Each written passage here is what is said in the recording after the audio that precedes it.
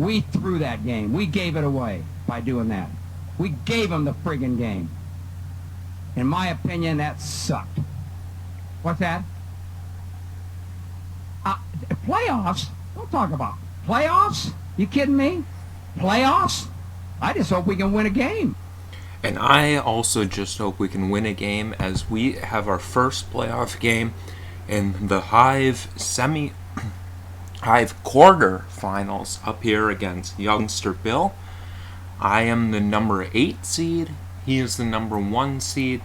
A little bit of the odds stacked against us, but we played him earlier in the regular season. It came down to a spin of the dice, or rolled the dice, and I am hoping that this time we can pull it off.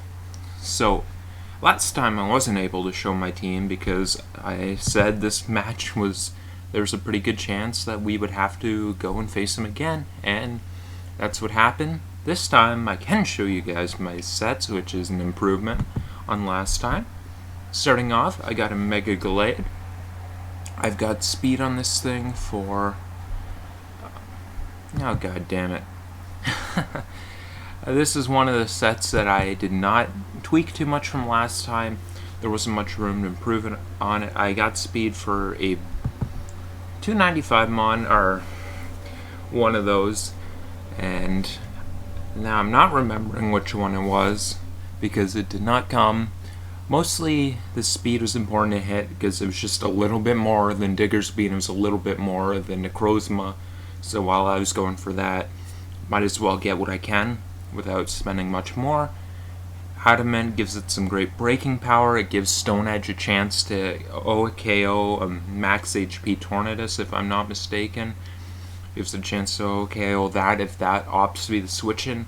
And with Mega Gallade, you always have to think about Rocky Helmet Tornadus trying to be an answer to it. And knockoff, of course, for Necrozma, for Decidueye, things like that.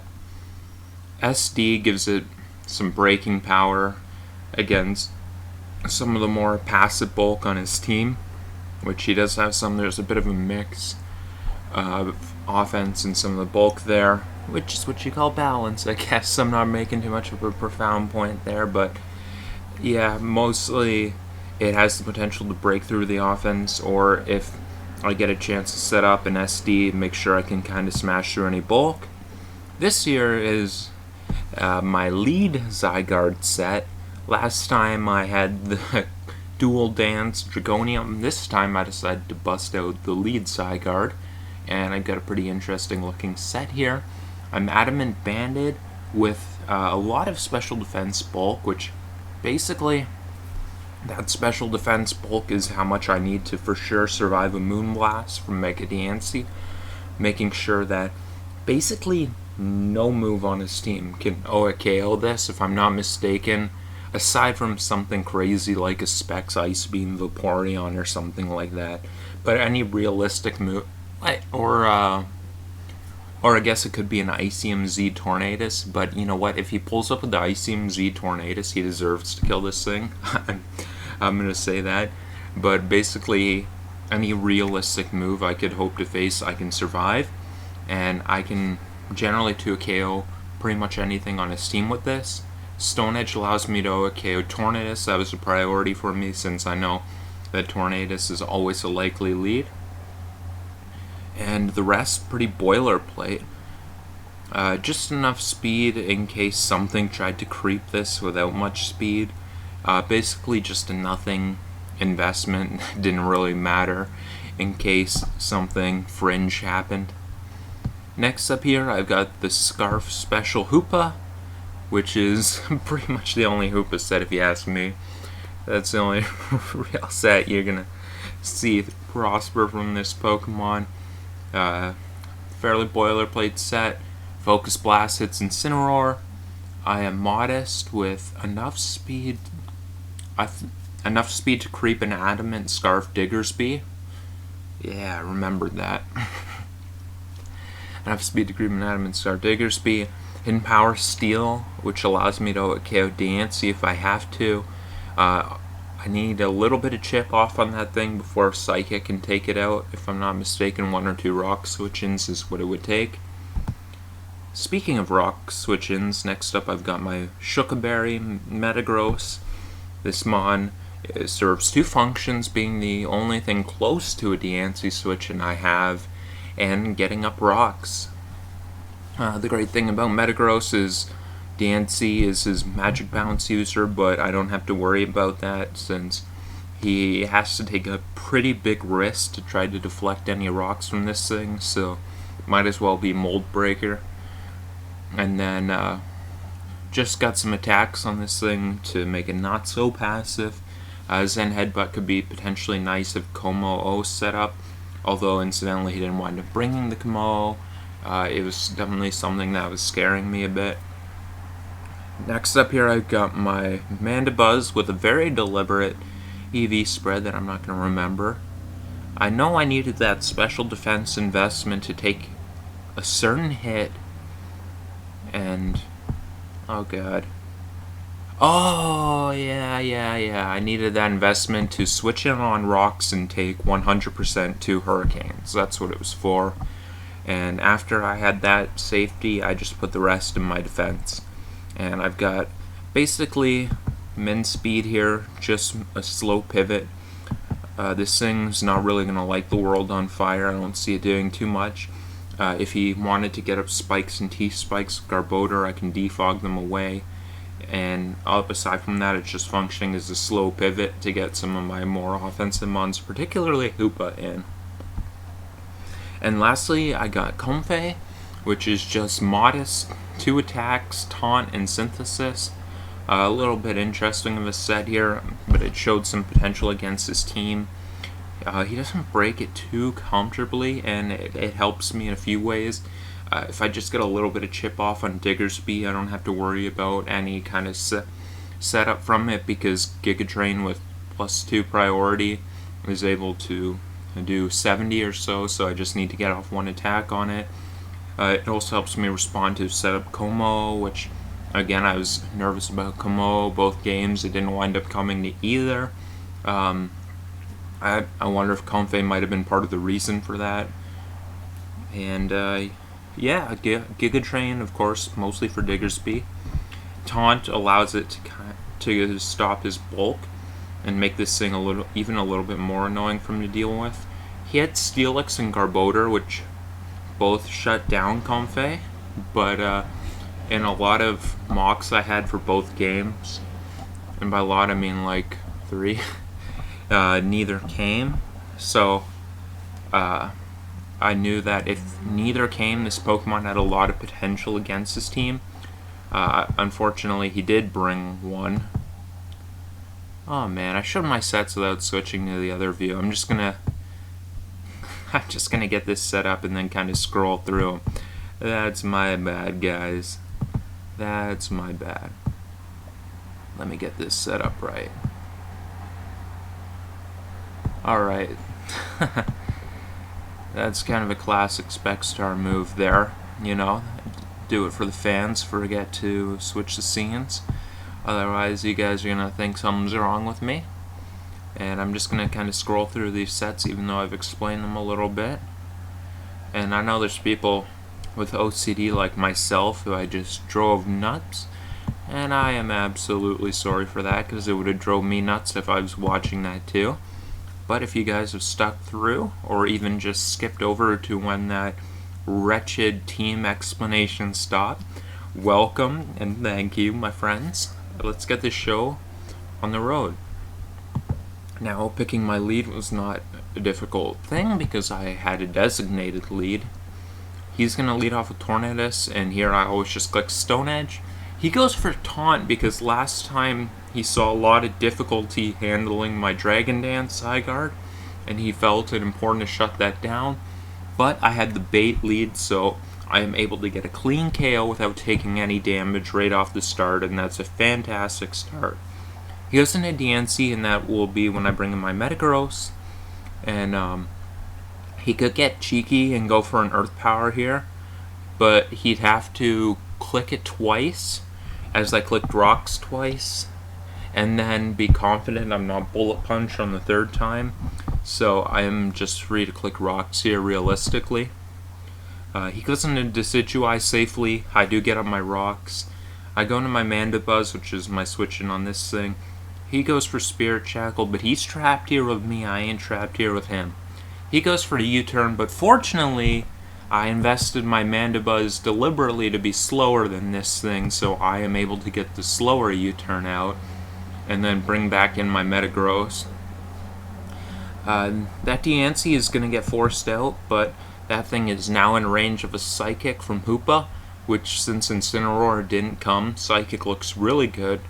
Necrozma being the one obstacle to clicking it repeatedly and safely, so I'll have to watch with that thing later. Decidueye comes in on my Meteor Mash. That is fully physically defensive. Funny enough, I found out from Kelks, his Spirit Shackle and his U-turn, I found out from the calcs, and it had the more precise numbers in the game, of course, than just 8% and 12%. Unless the calc was wrong, and it is known to be, that Spirit Shackle was I'm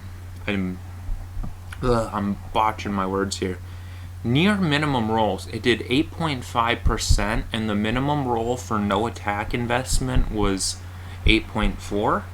So in my head, I'm thinking, okay, this thing has no attack investment at all, clearly, because it got a near min roll. And then he goes for a U-turn, and if he has no attack investment, the maximum U-turn could do was 11.6, and it did 11.7. So I realized that he's probably got 8 or 4 attack investment. I don't know if you guys enjoyed my little tangent there as much as I did. I just found it interesting. Anyway, back to the real action. I bring Mandibuzz in on this thing. He'll roost all the way up and U-turn out, and he goes into his Diancie. I'm just gonna throw off a Toxic. Getting more damage on this thing makes it easier for me. It potentially opens up the door for me to click Dark Pulse later with Hoopa. If I can get the thing in range of Dark Pulse, that's really nice. He's going to switch out into the Decidueye here. I go for Meteor Mash, and my purpose there is I was quite honestly just fishing for this attack boost.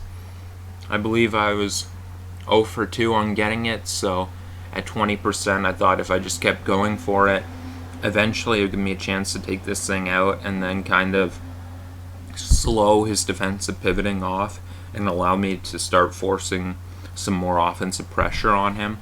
And I was willing to take the risks here and there at the cost of sacking my Mandibuzz if it didn't work out. And I do get the boost here, so I'm going to go for my Meteor Mash, and now doing much more. He goes for Spirit Shackle, and I go for Earthquake here, and I do take him out.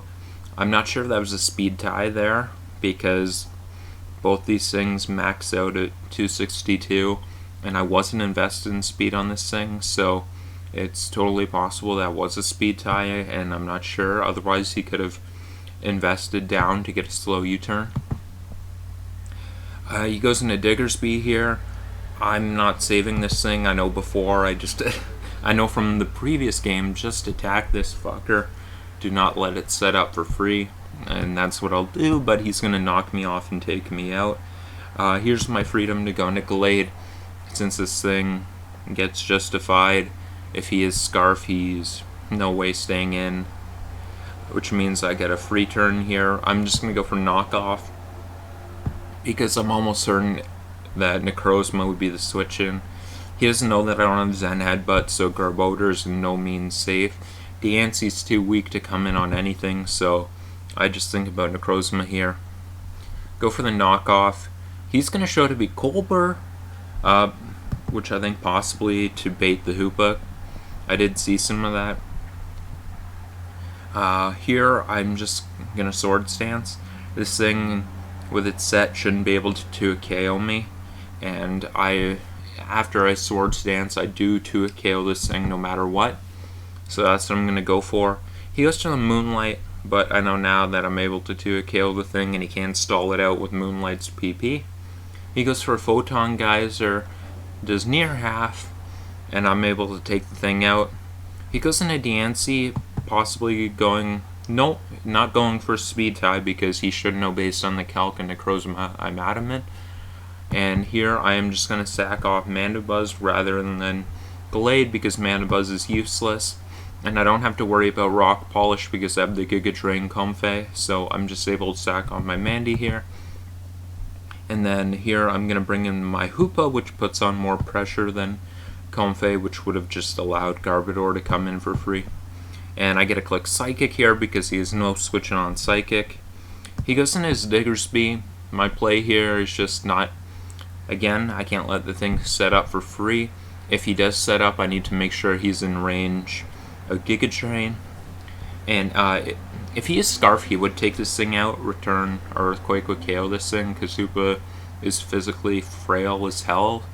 But then, if he did do that, I'd be able to go into Zygarde and force a KO. Then Diggersby came back in, and I knew that Extreme Speed into Giga Drain would for sure take him out. So, no risk here in just clicking Psychic. I'll almost take the thing out as he goes for Sword Stance. I'm then going to sack off my Gallade because Hoopa is more important for dealing with Garbodor. And I get to go into Comfey. And actually, even though that thing was only at 8% and 8% Garbodor takes 0 from either, it was actually important for me to click Giga Drain instead of Draining Kiss here, because I couldn't trip this thing's weak armor. That could have been, I guess, potentially annoying if it was some sort of gimmick. So I had to go for a Giga Drain here to not set that thing off. He goes into Garbodor, and I'm just going to go into Hoopa here. I could have went into Zygarde, but if he was faster and he went for HP Ice twice, then I was potentially setting up a losing condition for myself that was unnecessary. Even if he did kill Hoopa, then I would have been safe to force the win by bringing in Zygarde after. So I will go Hoopa here. He sets up a T-Spike, and I just get to click Psychic, force a KO. Diggersby comes back in, but I'm not in range of Quick Attack, even with a crit. So I am able to pick the thing off with Psychic, and how's that for an upset? Number 8 seed is going to knock out the number 1 seed right off the bat. And we are moving on to the semifinals next time. Should be a bit, because as per usual, I played early in the week. That's just my thing. It's still late because we had an off week. So there's some time off from my last video, but still, I played this game very early when many playout games haven't been done. And next time, I will face the winner of Sablo and Josh, so that'll be an interesting game for me to watch. But for now, just glad to pull off this W. And I want to thank you guys for watching. Have yourselves a good night.